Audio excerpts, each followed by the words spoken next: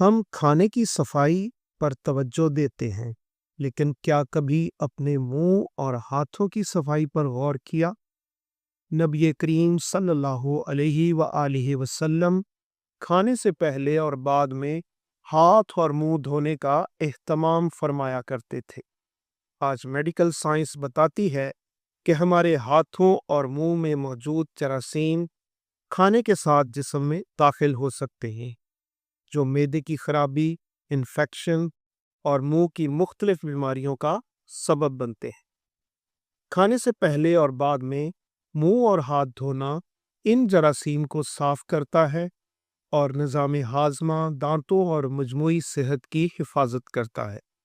یہی ہے سنت نبوی صلی اللہ علیہ وآلہ وسلم کا حسن۔ میں ہوں ہومیوپیتھک ڈاکٹر عامر حمید۔ سنت کو اپنائیں، صحت کو پائیں۔